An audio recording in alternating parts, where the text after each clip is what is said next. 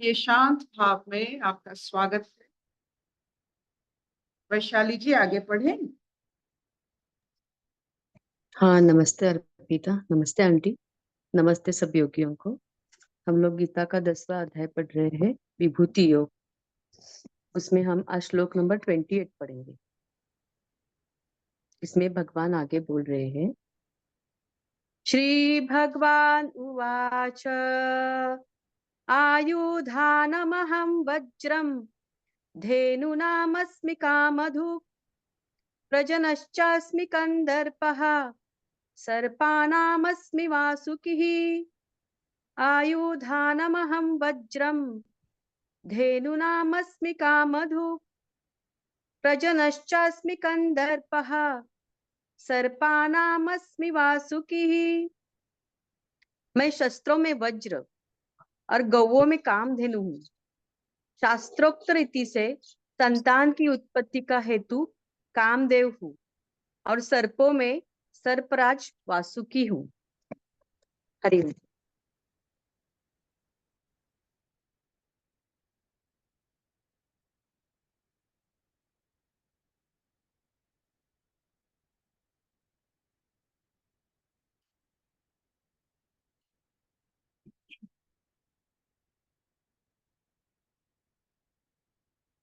शास्त्र में भगवत गीता, शस्त्र में वज्र। वज्र इंद्र की अंतिम चेष्टा होती है। और वज्र कैसे बना?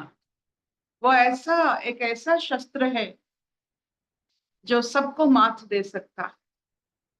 वो बना कैसे? उसका जो तत्व है, मटेरियल है, स्टील से बना, पत्थर से बना, किससे बना है वो वज्र? कि ईश्वर उनकी विभूति, वज्र का मतलब शस्त्र का विभूति वज्र मानते। आपको याद होगा, एक बहुत बड़े ऋषि दधीची, उनकी हड्डियों से बना है वज्र। उनकी जीवन भर की तपस्या के बल पर जब वो अपना शरीर छोड़े, उस हड्डी से बना ये वज्र। ये वज्र सब पर भारी है। ये वज्र प्रयोग करने से कभी ये चुकता नहीं। तो आप देखिए, शस्त्र में भी एक श्रेष्ठता है। जब कोई भी शस्त्र बनाते हो, उसमें अगर प्यूरिटी और तपस रहता है, तो वो अपना जो निर्दिष्ट भाव है उसमें वो प्रतिफलित होता है।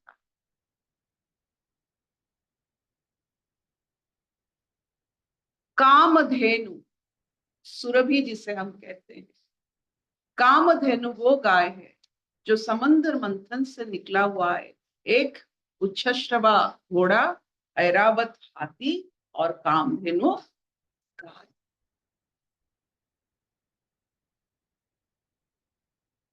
ये ऐसा गाय है, ऐसा वो माता है, आप उससे कुछ भी कामना कर सकते हो।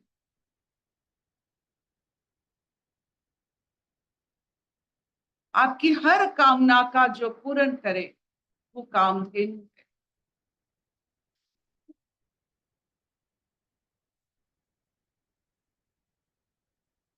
ये ऋषि वशिष्ठ आश्रम की शान है।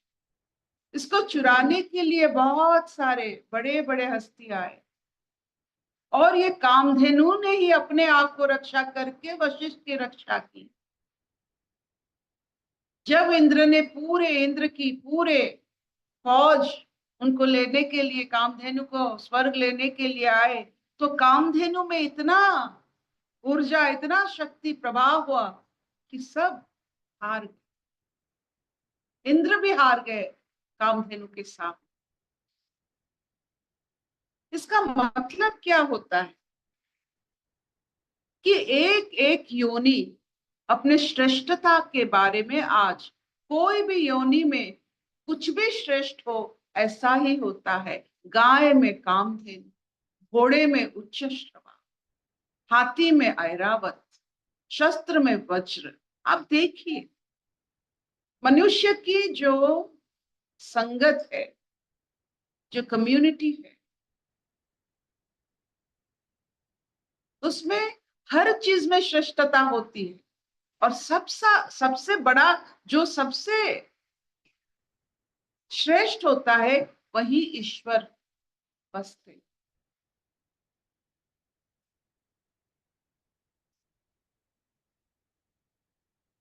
जितने सारे संबंधों की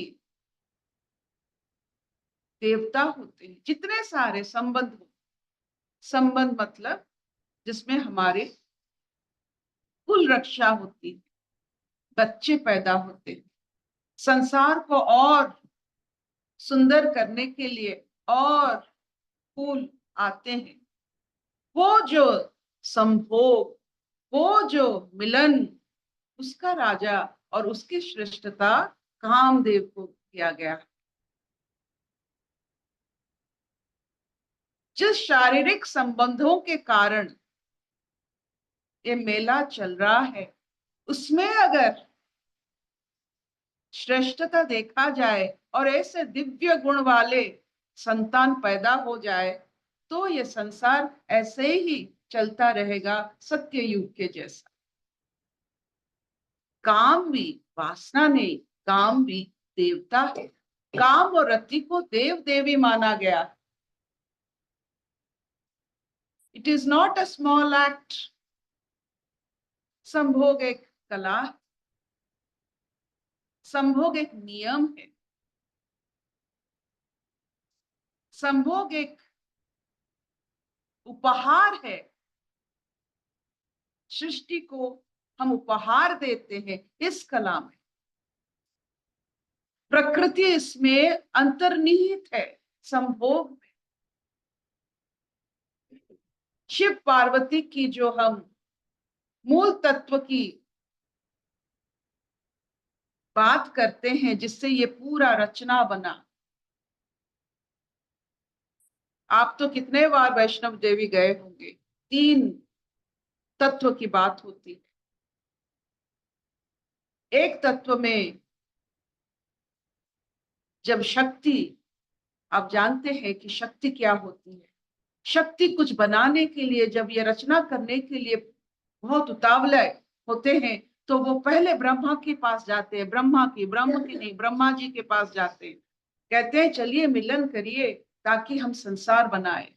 ब्रह्मा जी कहते हैं मैं तो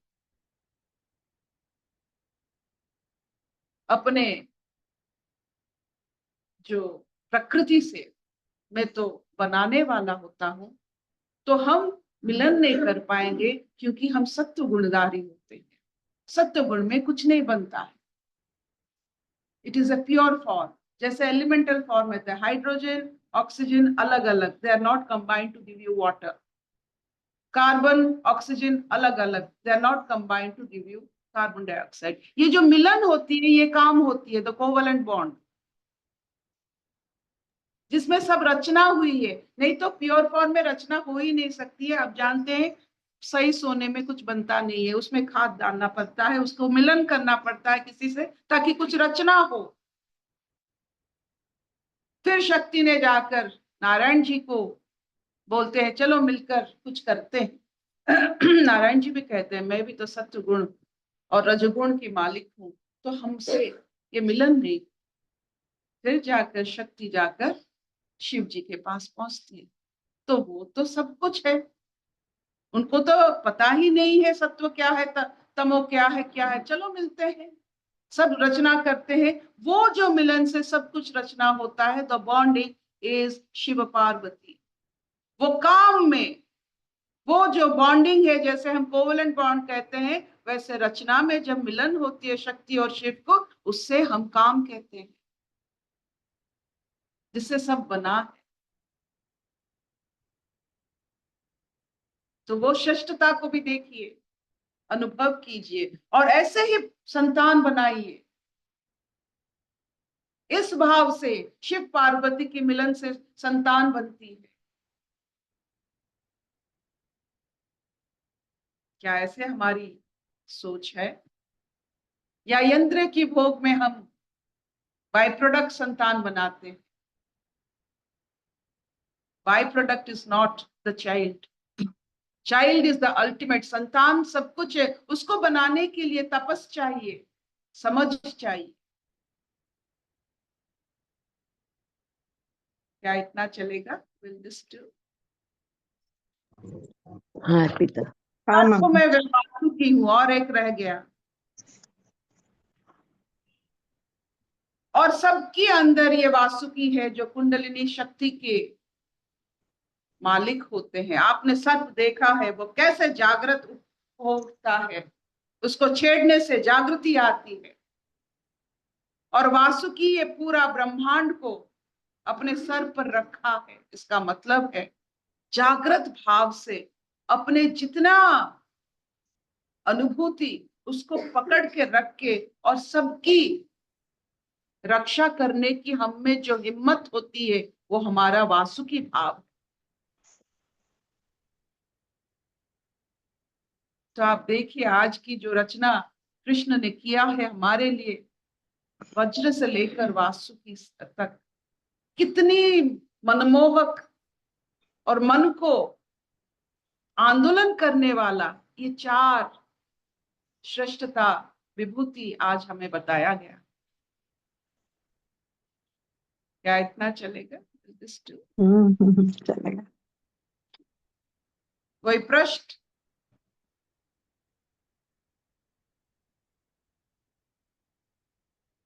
कोई?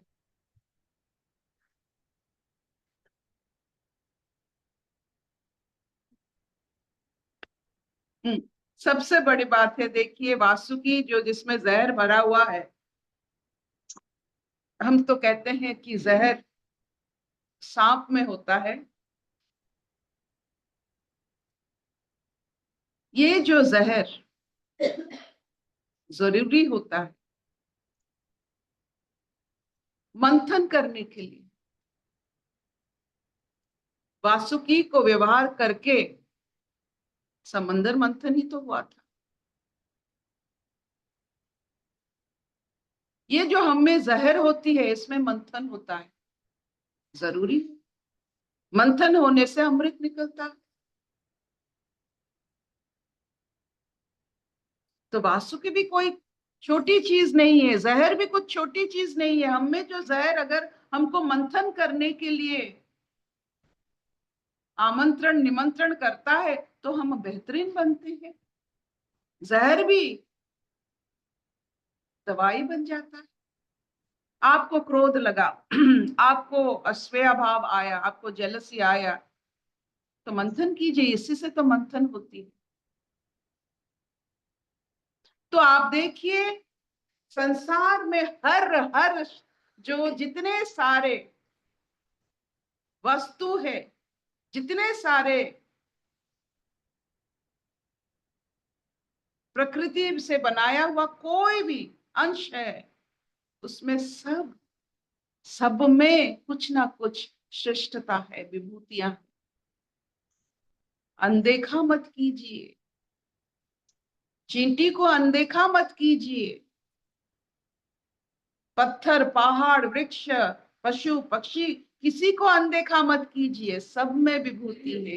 यही आज का कथा।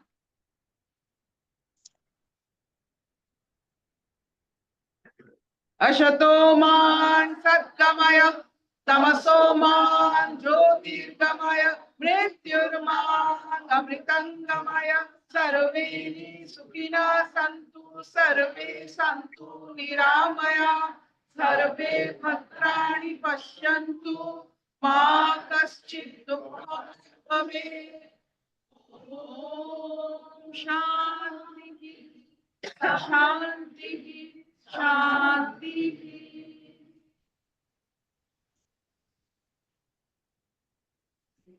Thank you.